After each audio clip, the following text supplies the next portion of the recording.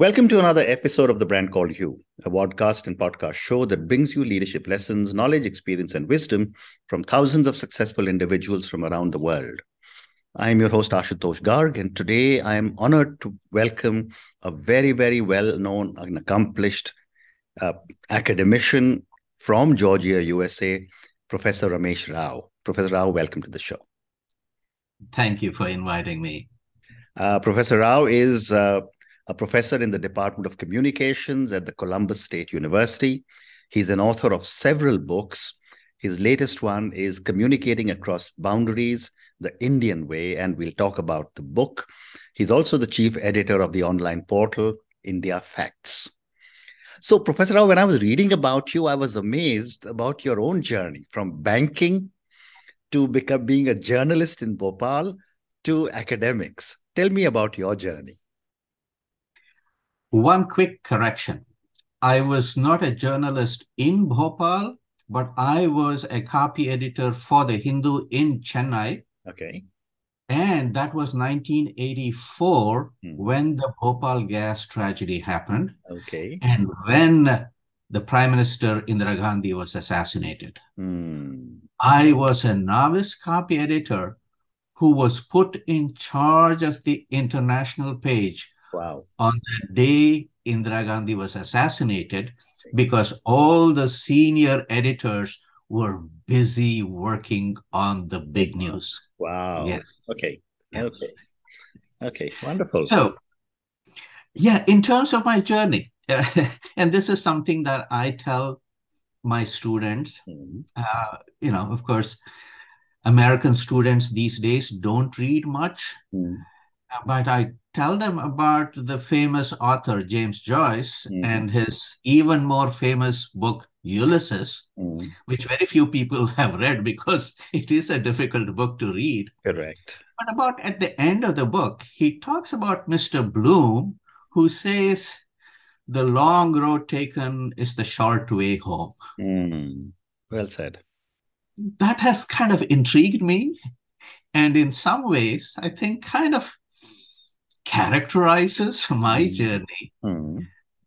Because, my father was an engineer. We came from, very ordinary middle class, maybe even lower middle class circumstances in Karnataka. And as a student, I was moved almost every other year because my father happened to be a strict civil engineer working for the Karnataka PWD. Then it was Mysore, not Karnataka. And he used to be transferred every other year. I moved 8 different places in the first 10 years of my schooling. Amazing. So that is where and how my journey began. And of course, I used to do well in school. And people expected. And my father, even though he was the old stoic type, didn't ever tell me, Ramesh, I want you to be an engineer or I want you to be a doctor. But when after my 10th grade SSLC exam, told him that I am going to take arts, I could see worry on his face. Yes. So that journey took me to, Bangalore University, where I got my BA in economics, political science, and sociology. And that was when I realized that India was at a time where we really did not train people in terms of careers. Now that you have got this, where do you want to do? Where do you think you can go? What are you equipped to do? Let us walk you through some of these things. And I don't know how much has changed, but I think a lot has changed in India. But then I really, and I was at St. Joseph's College in Bengaluru, then Bangalore. But we never had any kind of counseling. We were left to fend for ourselves. Well said. So it was that, and I wanted to be, because I had started writing, And I had a longish article published on Satya Sai Baba of Puttaparthi uh, uh, on Youth Times. This was a Times of India publication. And I still remember how much money they gave me for that article. 300 rupees. That was a big amount for someone who was given about 10 to 15 rupees a month as pocket money. Absolutely right. Absolutely. So I applied to Bangalore University to do their master's in journalism. And I waited for the call because I thought, hey, I would be a shoo-in. And I didn't get any response. And then I went to the department and they said, oh, we already sent you a postcard inviting you for an interview. Sorry, the interviews are over. The deadline is over. You waited too long. So that is how my journey started. Amazing. In terms of looking for what next. Absolutely. And I can fully understand what you are saying because I think you and I are the same vintage. And when I told my father that I can't possibly become either doctor, lawyer, or engineer, I mean, his face fell because he was a very senior army officer. But this conversation is all about you. So let's come back to Department of Communications, Columbus State University, and I want to talk to you about communication.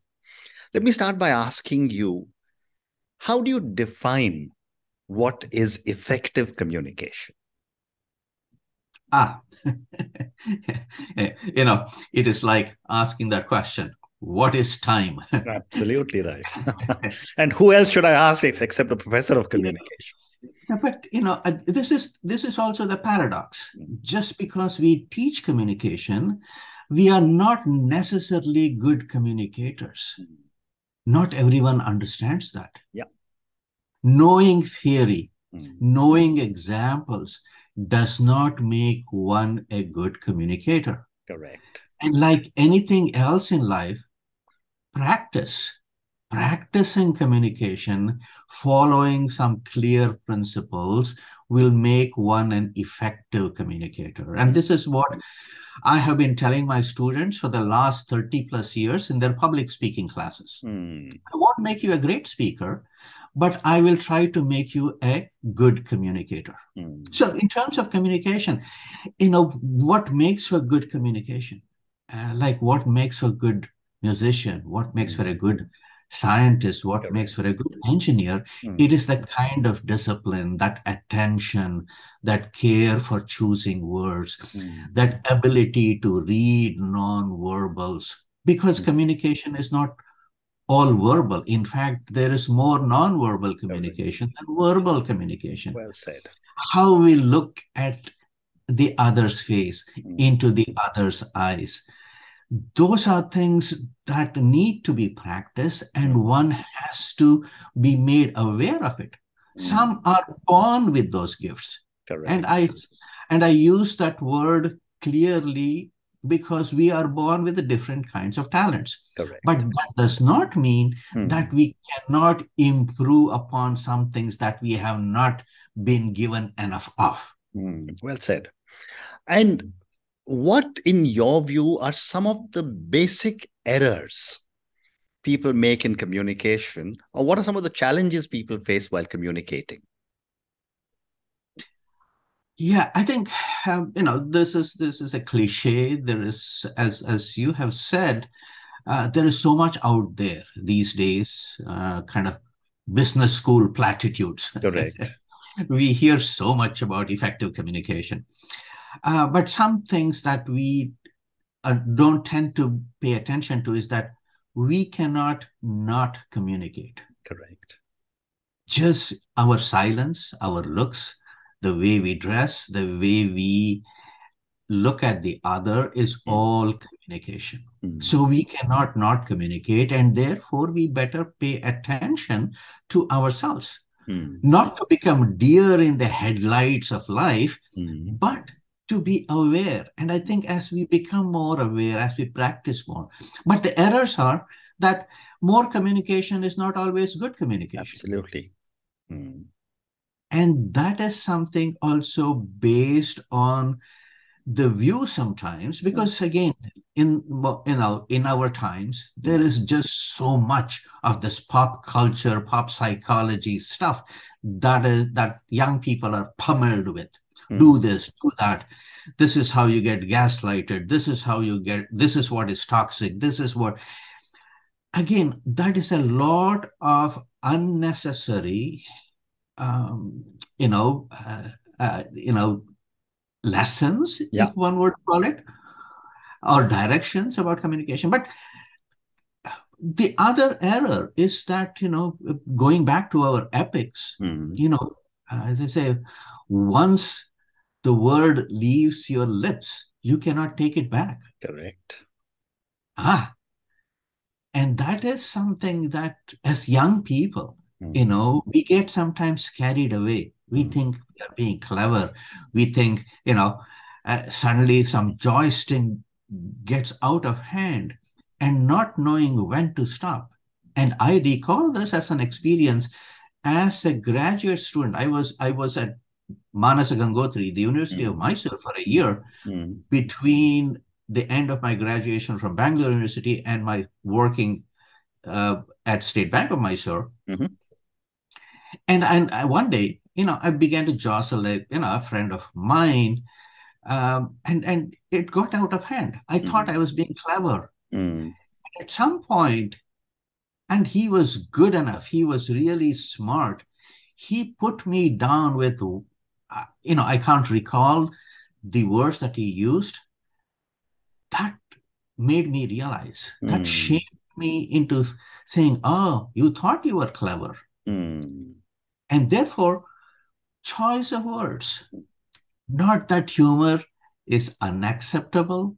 It all depends on how clever, how good, how smart, and how appropriate we are. Well, never talk down to people, never talk over the heads of people. And this is also something that I tell my public speaking students. Okay.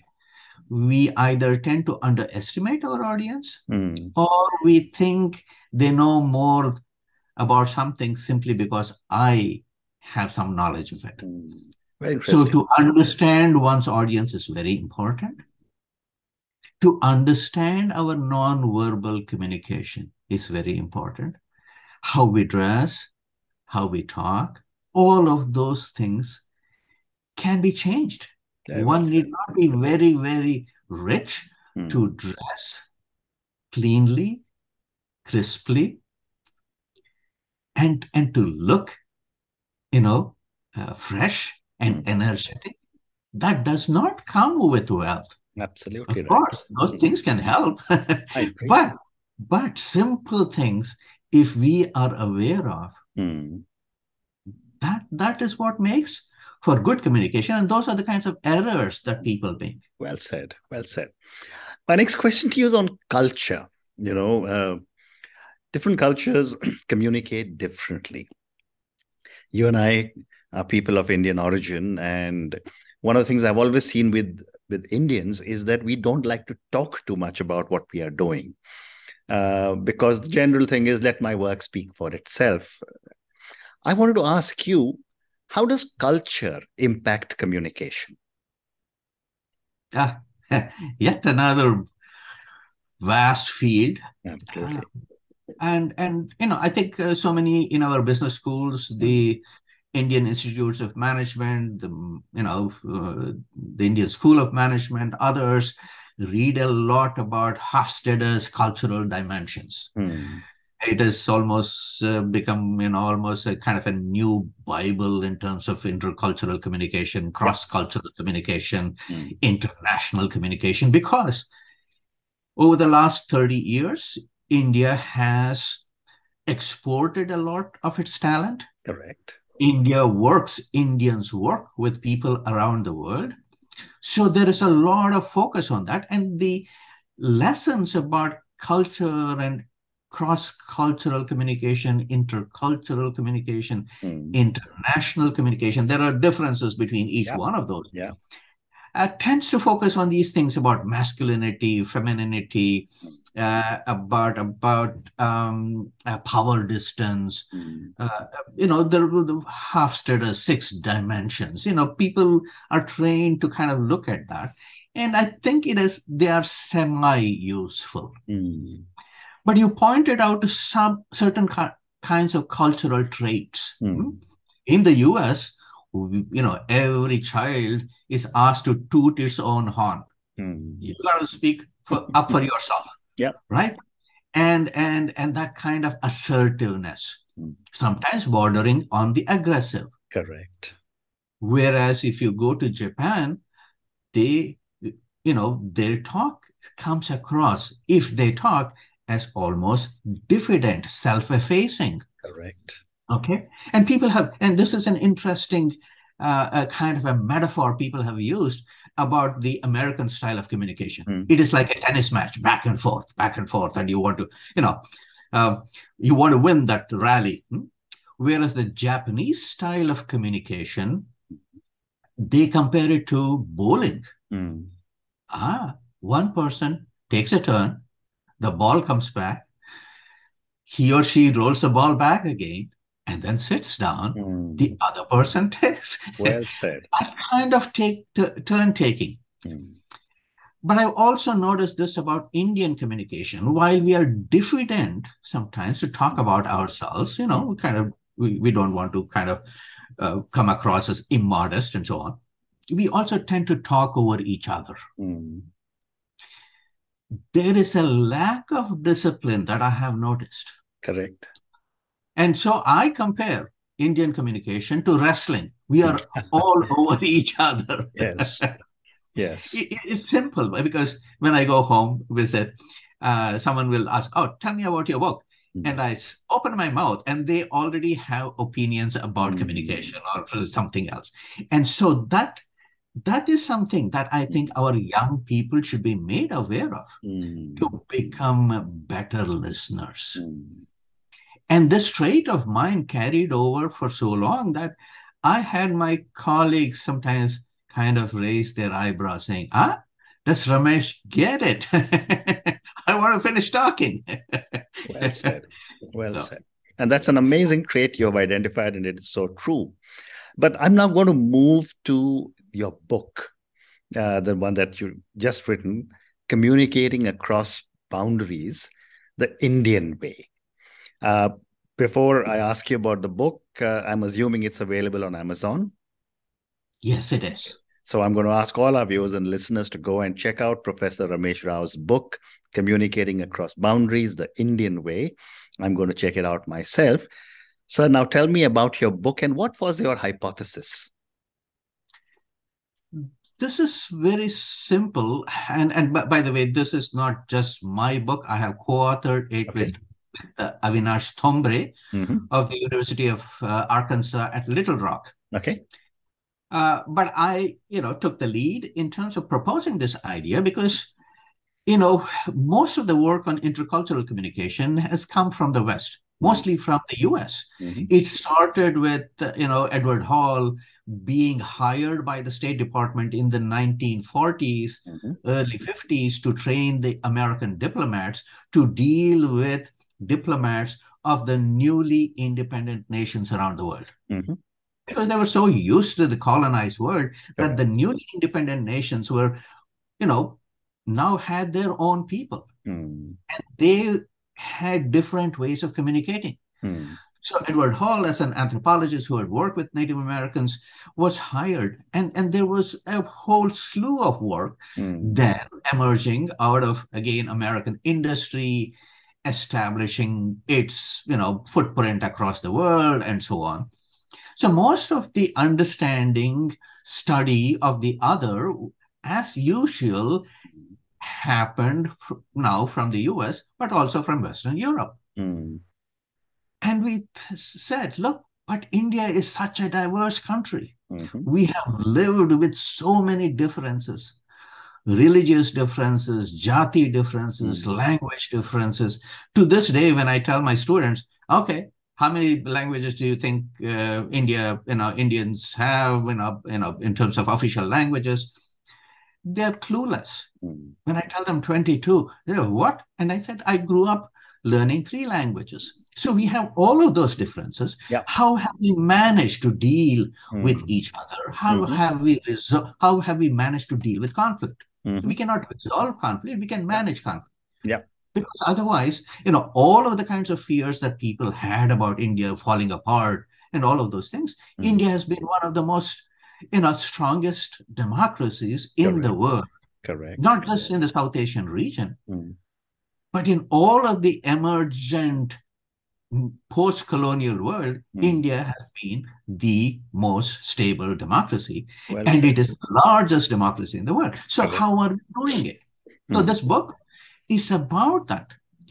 And it cannot be just, the lens could not be just focused on modern, the new India, the present India. We had to base it on looking at the history of India, the history, the civilizational nature of India, how we look at the past, how we look at the world, how we look at transcendence, how we look at our, life goals, the purusharthas, dharma, artha, kama, and moksha.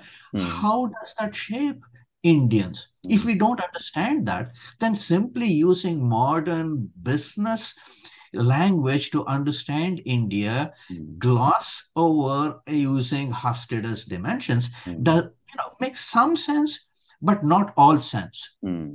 That is where we started from. And I think, and this is where I believe our book is written, avoiding a lot of jargon, but giving enough of the theory, because we base it on the work done by Western scholars, international scholars on intercultural communication, but we draw from India. And by the way, the book is very inexpensive. So, if I'm going to make a pitch, it's just for that reason.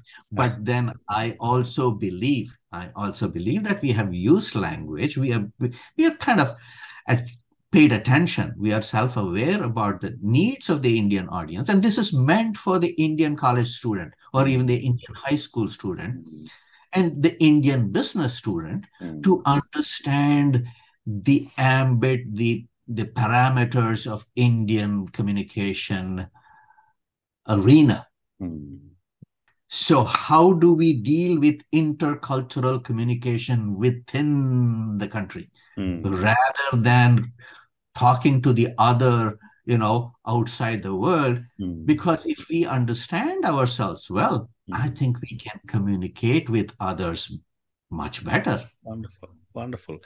Professor Rao, I only have time for one more question, and I was trying to debate what I should ask you, but given my large number of young viewers who will be listening to you and, absorbing so much of your thoughts on communication, I'm going to ask you this question for them, that based on your own amazing journey and such a deep understanding of communication, what would you say are 3 lessons you would want our viewers and listeners to take away? Yeah, this is always a challenge, especially in terms of these life lessons. And again, to go beyond platitudes. Correct. The old one, know thyself. It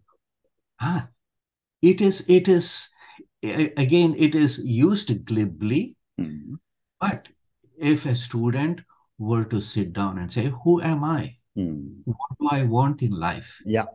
What are my goals? What are my strengths? What are my weaknesses? How willing am I to listen to someone walk me through, shine a light into me? That is where we all have to begin, and we all have to be. Correct. Even at the late stages of our life. Correct. That is one thing. The second thing is, again, as I mentioned about communication, to learn when silence works more effectively than words. Yeah. We have a huge problem, not just in India, but around the world, across humanity, about dealing with conflict. Correct. and when relations break down. Correct. And in modern India, as our young people change their ways of dating and mating, this becomes a very big problem. And I don't think we have trained enough people, and we haven't told our young people about how to let go of one another easily, softly. I have made mistakes in my life in those matters that makes me especially aware of the need to get young people to talk through conflict, to manage conflict, to let go gently. That is something that we need urgently in India, because young Indians are moving very, very fast. Correct. They look at the rest of the world and all of the kinds of habits that are not natural to India yet. And there is still a lot of India that seems to be putting the brakes on this hurtling towards modernity, westernization, a post-modernity, almost mindlessly. But then we older people can therefore step in and say, let us at least guide you a little here. Correct. So those would be my lessons. Amazing. Young people. And on that note, Professor Rao, and your lessons, know thyself, I think it's so important. Who am I? Where do I want to be? Why do I want to be there? And second, you said was learn when silence works more effectively than words. I think that is almost something that you can put in golden letters, because it's such a powerful comment that you made.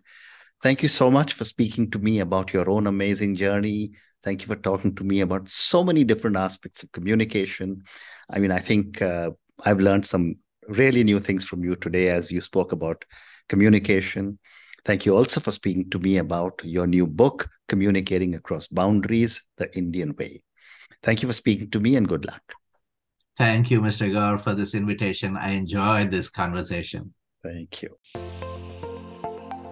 Thank you for listening to the Brand Called You videocast and podcast, a platform that brings you knowledge, experience, and wisdom of hundreds of successful individuals from around the world. Do visit our website www.tbcy.in to watch and listen to the stories of many more individuals. You can also follow us on YouTube, Facebook, Instagram, and Twitter. Just search for the Brand Called You.